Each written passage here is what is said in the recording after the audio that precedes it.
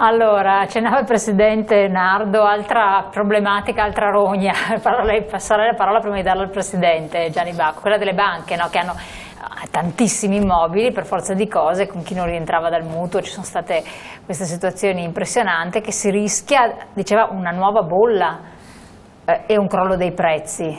Sicuramente, io partirei da questi successi in erogazioni di mutui. Chiaro, dicevo prima, che se mutui prima non ce n'erano e adesso ne erano alcuni, 8 mutui rispetto a 0 sono l'80% del totale. Allora io vorrei essere un attimino non cauto per togliere l'entusiasmo, perché se è vero che Furlan vende, è vero che i suoi clienti dovranno fare il mutuo, quindi non è morto e sepolto il mercato c'è. Riparte da regole, secondo il mio punto di vista, dove il sistema, scusatemi se uso una parola forte ma così attraggo l'attenzione, è il corporativismo di alcuni non può pesare sulla schiena di tutti. Allora, quando ci sono dei poteri estremamente forti che dicono tu non mi paghi più il mutuo, sei insolvente, io ho 2 soluzioni, portarti via la casa, ma non mi conviene perché il rientro lo farò dal momento dell'insolvenza dopo 4, 5, 6 anni a casa distrutta a valore rispetto al debito o rispetto al valore del bene di un quinto, un sesto, cioè rispetto a 100.000 porto a casa 15-20.000 euro e dopo 5-6 anni. Diverso è se io divento direttamente o indirettamente agente immobiliare e ti vengo a dire, visto che stai poco bene, forse ti conviene vendere.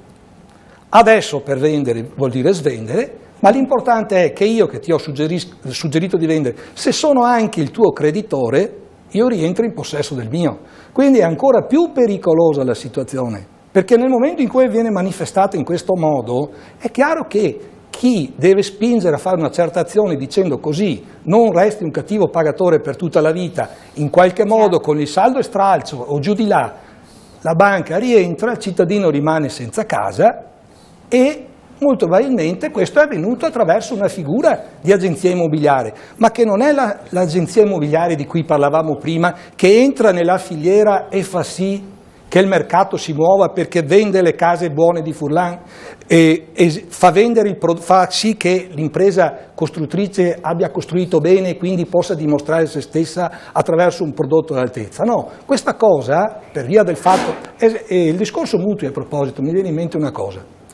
Una coppia, lui dipendente di un'impresa costruttrice A, lei impiegata in un'impresa costruttrice B, sono andati in banca per chiedere il mutuo, a loro il mutuo è stato negato, in quanto dipendenti stipendiati di soggetti a rischio. Quindi quanti cittadini ci sono, quante categorie di cittadini ci sono? No, allora se partiamo da questo capiamo che quando un potere estremamente forte come la banca, ma lo è sempre stata, può fare il bello e il cattivo tempo, quindi Nardo non si sta preoccupando per i propri associati, per i cittadini in genere, per i consumatori, di un pericolo vano, forse suscettibile così di preoccupazione, tanto per dire. È un problema forte. Io ho visto spesso, ci sono istituti che invece dicono, care categorie degli agenti immobiliari, fateci una quotazione oggi reale del nostro mercato. Quindi fanno il punto della situazione, ce la fate anche gratuita, poi noi il nostro invenduto ve lo conferiamo, visto che siete da anni sul mercato e sapete come si fa, e potrete o far comprare al cittadino in crisi ricondizionando un mutuo veramente utile, e lì lo Stato può dare una mano aiutando queste persone come aiuta sulle locazioni, può aiutare anche sulle compravendite, oppure dirà questa cosa è impossibile recuperarla, costituite un fondo dove si acquisiscono di colpo, in un colpo solo, tutti i patrimoni di queste banche e questi immobili che saranno anche decrepiti, che potranno essere ristrutturati, quindi ricreiamo lavoro sulla filiera e li diamo in affitto a quella parte di popolazione, peraltro non l'80%, ma quel famoso 20, 25, 30% mi dite che è in affitto, un po' aumentato di quelli che non pagano il mutuo, gli diamo una casa di fondi che avranno dei rendimenti. I rendimenti li facciamo non con i 100.000 in banca di cui si parlava prima, ma con degli affitti equi, non equo canone, degli affitti equi su investimenti piccoli dove abbiamo ridato la casa allo stesso soggetto che le era stata portata via ma che da qualche parte deve andare a vivere. Chiarissimo. Presidente Smistrari. Perché qui se si ripresentasse, cioè se il settore immobiliare non interessa a chi ci governa, se non poco, perché altrimenti qualcosa anche avrebbe fatto, come altri settori, ne ho appena parlato, di quali stiamo parlando, può essere che la bolla ci sia. Sì, indubbiamente la preoccupazione di Nardo è reale, perché ovviamente le banche hanno un osservatorio avvantaggiato e una quantità di immobili in mano oggi a dei prezzi, e con l'interesse di metterli magari sul mercato a un prezzo che potrebbe veramente diventare poi difficile per gli altri sostenere gli stessi prezzi o l'investimento immobiliare fatto.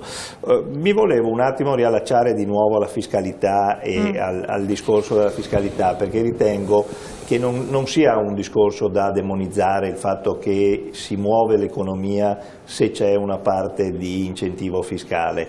Infatti lei è la prima cosa che ha detto sì, sono perfettamente d'accordo con la dottoressa quando diceva che è emerso una grande parte del lavoro nero che c'era nel nostro settore, nel settore delle costruzioni, delle manutenzioni in genere se vogliamo, è emerso con il 65 e il 50%. Questo è indubbio e i numeri lo stanno a dimostrare. La dottoressa parlava anche della seconda casa, che è un'opportunità che non bisogna dimenticare. All'inizio dicevamo appunto che gli italiani risparmiano, non tutti hanno voglia di giocare in borsa, di stare lì, l'italiano ha un po' di passione per il mattone e mi pare anche corretto che qualcuno, anche un pensionato che abbia 2 lire benché via, possa arrotondare la propria pensione attraverso l'acquisto e la messa in affitto di un immobile. 29% favorevole, disponibile. E questo però deve essere anche questo incentivato con quello che diceva la dottoressa dal punto di vista fiscale e con delle regole anche di affitto che siano leggermente diverse da quelle che sono di super tutela che ci sono state, adesso i patti in deroga, insomma, abbiamo capito che forse quella non era la strada maestra da seguire sull'affitto, tant'è che uno dei veri problemi di questo Paese è l'affitto, perché c'è una grande domanda di case in affitto. Lo Stato ha fatto un passo indietro, gli ATER ormai non costruiscono più, ormai è tantissimo tempo che il pubblico non fa più il suo mestiere, mi permetto di dire, perché è il pubblico che deve dare la risposta alle esigenze abitative delle classi più bisognose di aiuto, mentre un pensionato o un investitore potrebbe acquistare la seconda casa, che va anche nella direzione che diceva il collega del settore alberghiero, che è quella la vocazione poi di questo Paese. E diventa la famosa rendita che contribuisce ad alzare la pensione. Che magari... Certo. Consideri che a livello mondiale il più grande portale Airbnb, non so se alcuni lo conoscono perché è un fenomeno assolutamente planetario, il 58% degli over 60 nel mondo si dichiara interessato a mettere ad uso turistico la propria seconda casa. In Veneto, dati 2014, oltre il 30% della ricettività turistica del Veneto è extra-alberghiera, intendendosi con questo dall'affitto alla casa, all'affittacamere e via dicendo. Quindi è un fenomeno già molto importante, ma infatti, molto presente. Ma si riallaccia perché se la prima casa diventa una necessità, però magari una vuole più comoda, ma la seconda casa potrebbe essere il famoso dove mettere sicuri i miei soldi, alla luce, esatto. Se la faccio e la metto e la do in affitto, ma l'affitto ha tutte queste problematiche qua, se la utilizzo in un nuovo settore e mi dà comunque questa famosa rendita, alla luce di un'altra situazione che tutti quanti noi coinvolti saremo coloro che andranno in pensione con delle cifre da paura, quindi saremo la nuova emergenza sociale del domani, non parliamo dei giovani che saranno poverini, non si capisce dove. Con cosa integrerai questa benedetta pensione se non ti do la possibilità di avere una rendita che ti renda qualche cosa? E quindi viene da sé che questo potrebbe essere anche da incentivare. Il mercato della seconda casa, se non venisse anche questo appunto demonizzato, visto come una cosa da super ricchi, cosa che non è, sicuramente darebbe un respiro anche a tutto il mercato dell'invenduto, perché si potrebbe riqualificarlo e incominciare a pensare un altro modo di utilizzare quegli appartamenti che forse all'inizio erano nati come prima case. Assolutamente. Furlan. Allora, retto al discorso marche, C'è un potenziale rischio di bolla speculativa, ma c'è anche un forte potenziale, nel senso che le banche, c'è uno scotto da pagare, ovvero sia c'è tanto invenduto e qualcuno, lo scotto va pagato perché l'invenduto c'è. Se le banche si propongono di mettere sul mercato questo invenduto a prezzi estremamente vantaggiosi, può essere un qualcosa che genera una ripresa, nel senso la banca ha un invenduto da vendere, è comunque qualcosa di, abbiamo detto prima, di vecchio, di obsoleto. Nel 2020 ci sarà l'obbligo degli edifici energia quasi zero, quindi la banca non vede un prodotto finito, vende un prodotto sul quale bisogna metterci le mani. Quindi le dice automaticamente. Quindi difficilmente può presentarsi all'utente finale col suo prodotto, perché è un qualcosa che non può essere utilizzato, è un qualcosa che va preso in mano. Di conseguenza, se si creasse una sorta di dialogo, di interazione tra le varie voci in capitolo, si potrebbe dire: io banca ho questo invenduto, ho questo peso sulle spalle, sono disposta a liberarmene a prezzi vantaggiosi, e quindi questo invenduto potrebbe essere un potenziale per chi dice: ok, lo prendo, lo riqualifico e lo metto sul mercato come prodotto efficiente a un prezzo adeguato. Chiaro. E seconda cosa, secondo me, una cosa importante è cercare in qualche modo di dare la stessa importanza al post vendita così come la si dà al nuovo, nel senso, oggi come oggi, perché non si ha la garanzia che il prodotto che ti propongo non sia di qualità? Perché non ti fidi di me? Perché può essere che io ti vendo il prodotto e subito dopo ci sono problemi e nessuno se ne occupa, vanno da Nardo. Quindi è importantissimo, nel momento in cui io propongo una vendita, un immobile, proporre soltanto quelli che sono i vantaggi dell'immobile, perché chi compra casa spesso, oltre alla casa, gli si accolla anche un pensiero: devo sistemarla, chissà se dopo mi darà problemi. Se invece imparo a gestire il post vendita con la stessa, se invece do al post vendita la stessa importanza che do al nuovo, imparo a costruire in modo che il post vendita non diventi problematico. Imparo dagli errori del post vendita, perché se vedo che il post vendita mi porta complicazioni, problemi, lavoro per fare in modo che questi problemi non si ripresentino più. Chiarissimo, no, d'accordo. E quindi è importante fare questa operazione, dare importanza al post vendita.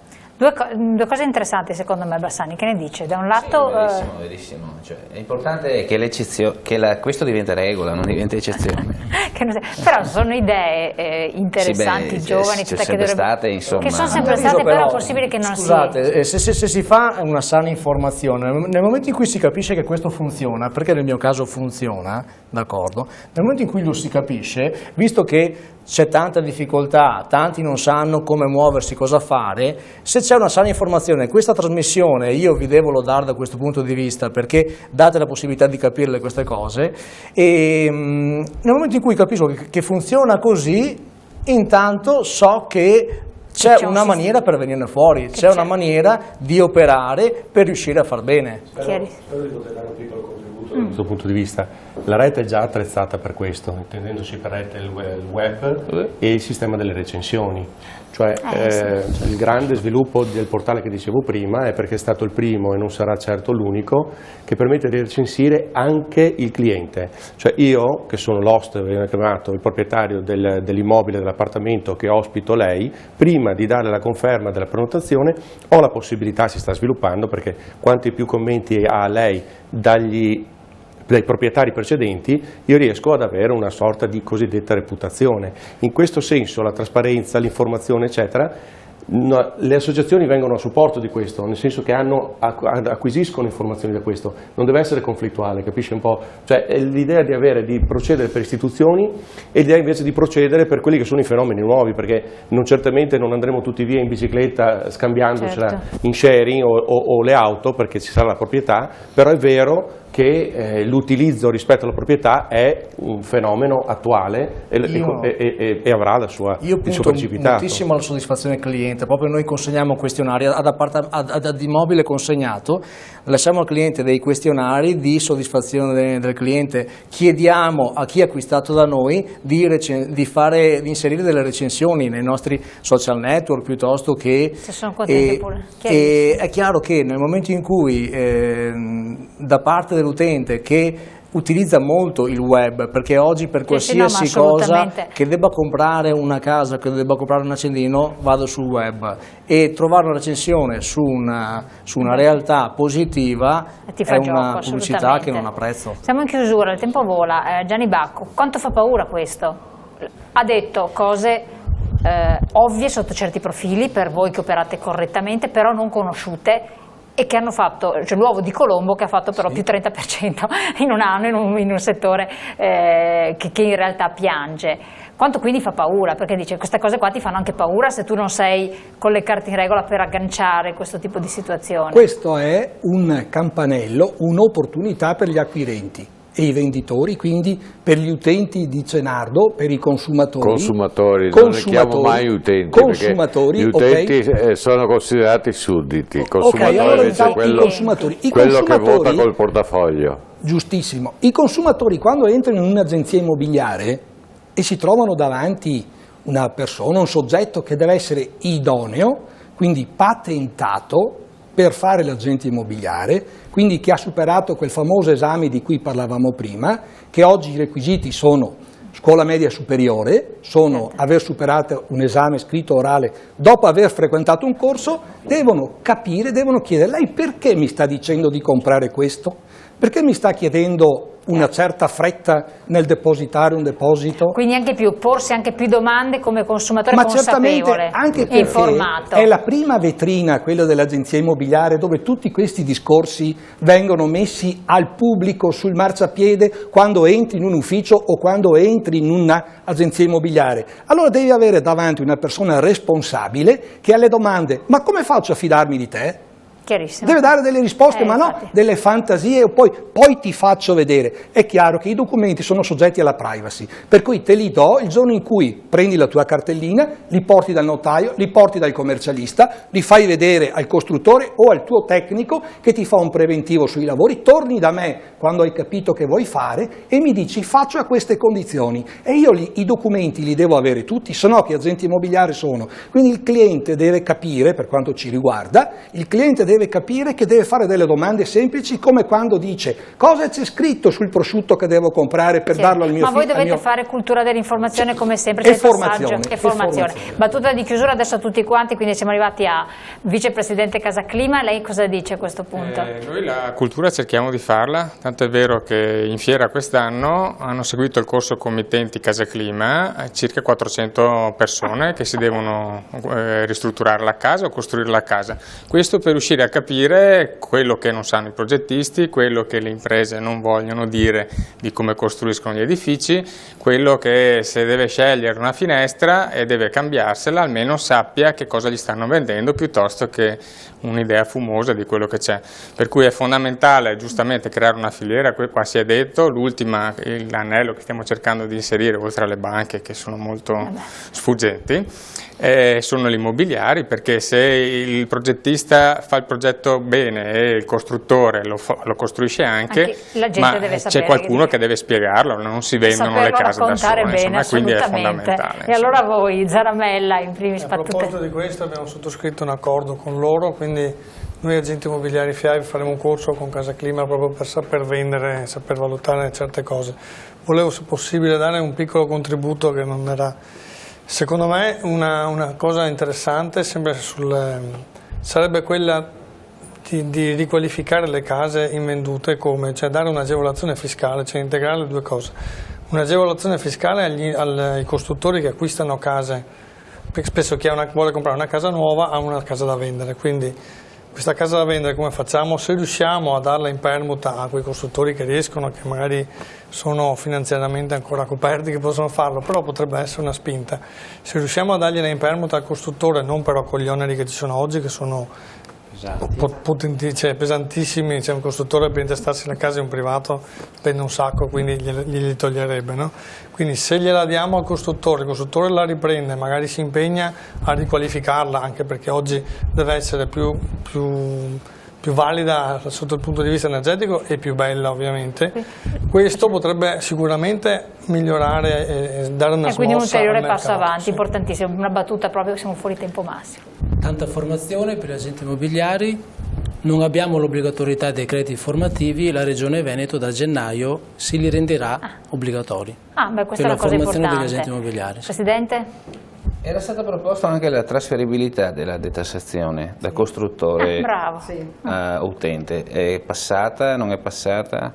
C'era quella fino al 25% dell'importo, parliamo delle ristrutturazioni, sì. c'è. Quindi era stata proposta di alzarla anche. Di alzarla invece non è stata alzata, comunque non viene proposta attualmente all'utente generalmente. Deve avere delle caratteristiche però, perché e quindi anche là dovete essere voi artigiani che avete quella conoscenza da comunicare. E da capire che magari di fare l'operazione in funzione anche di poterla poi in sede di atto notarile trasferire. Esatto, perché sarebbe remunerazione immediata del decennale per il costruttore.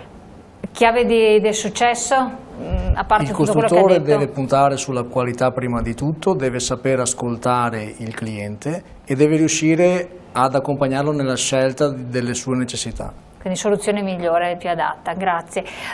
Presidente, sorrisino delle categorie ANCI? Sì, un minimo di sorriso c'è, un po' di ripresa diciamo che si incomincia a vedere, seppur sotto mille difficoltà e con tutte le problematiche che abbiamo esposto questa sera. Fa piacere vedere che ci sono imprenditori che hanno intrapreso una strada che peraltro è l'unica, sono d'accordo con il collega Furlan, l'unica strada percorribile è quella della qualità e della trasparenza e della comunicazione nei confronti del consumatore. Infatti, Presidente. Mi fa piacere aver constatato che la liberalizzazione, questa furia liberalizzante, in realtà non va in interesse della cittadinanza, ci vogliono regole, selezione. E da parte dei notai noi siamo disponibili ad accettare, abbiamo avuto già un'iniziativa anche con i consumatori, i clienti, soprattutto non in quella che è la fase finale, ma in tutta la fase di assistenza quindi giuridica. Diventare anche voi consulenti, consulente notarile che è fondamentale, quindi l'evoluzione. Bravissimo. Dottoressa? Certo, qui ho parlato molto di immobili, diciamo, più visto verso immobile civile. Ecco, c'è molto da fare anche per quelli che sono gli immobili industriali, gli uffici e i negozi, perché adesso effettivamente la ripresa insomma c'è. Quindi chiaramente ripresa vorrà dire necessità, comunque a breve si spera, di nuovi contenitori, nuovi immobili. È certo che fare il passo si ho qualche sgravio fiscale, non qualche aggravio. Quindi tener conto anche di questa categoria di questo immobili. Aspetto qui. E poi muto una battuta che ho sentito prima, ecco, che effettivamente gli immobili sono stati vissuti come bancomat, cioè siccome si prestano imposte dirette, indirette, comunali, ecco, questo secondo me deve avere uno stop e avere un perimetro chiaro di qual è la tassazione. Dottor Voltolina. Io chiuderei come abbiamo iniziato, con il titolo Nuove opportunità per il sistema casa, leggo lì. Di fatto io mi sento intitolato e responsabilizzato di queste nuove opportunità, quindi per noi c'è anche, mi aggrego al sorriso, perché di fatto mi raggiungono questo tipo di esigenze, di desideri, però insieme alle opportunità anche i rischi, quindi si risolvono soltanto con la professionalità naturalmente, con la trasparenza che dicevamo e l'aggregazione, cioè la trasversalità e la collaborazione. Quindi anche maggior Qui ci sono tutte le professionalità in effetti che attraversano orizzontalmente il mio stesso lavoro. Io non potrei farlo bene se non lo facessi in collaborazione con questi settori. Sembrerà retorico, ma è molto reale, molto reale. Può essere soddisfacente se tutto questo si riesce a coniugare e realizzare. Cosa dice il Presidente?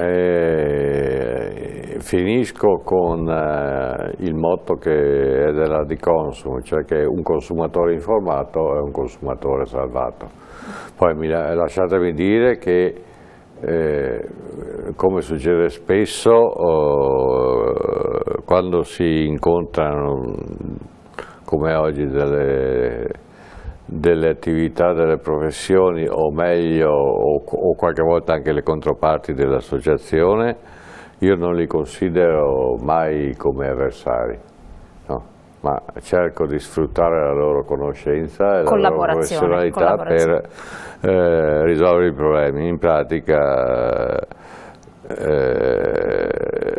per me siete delle persone, non degli avversari. Bellissimo, quindi con la collaborazione si può crescere meglio insieme. Certo. Allora, abbiamo visto, ringraziamo tutti quanti i nostri interlocutori, i nostri ospiti di essere stati qui con noi, con numerosi suggerimenti, ma anche e soprattutto con la voglia di intraprendere una strada in crescita. Come avete visto, finalmente la luce c'è, partecipazione da parte di tutti, voglia di collaborare, di crescere, farlo con grande competenza e qualità, non ci si può più improvvisare in nulla, men che mai in questo settore.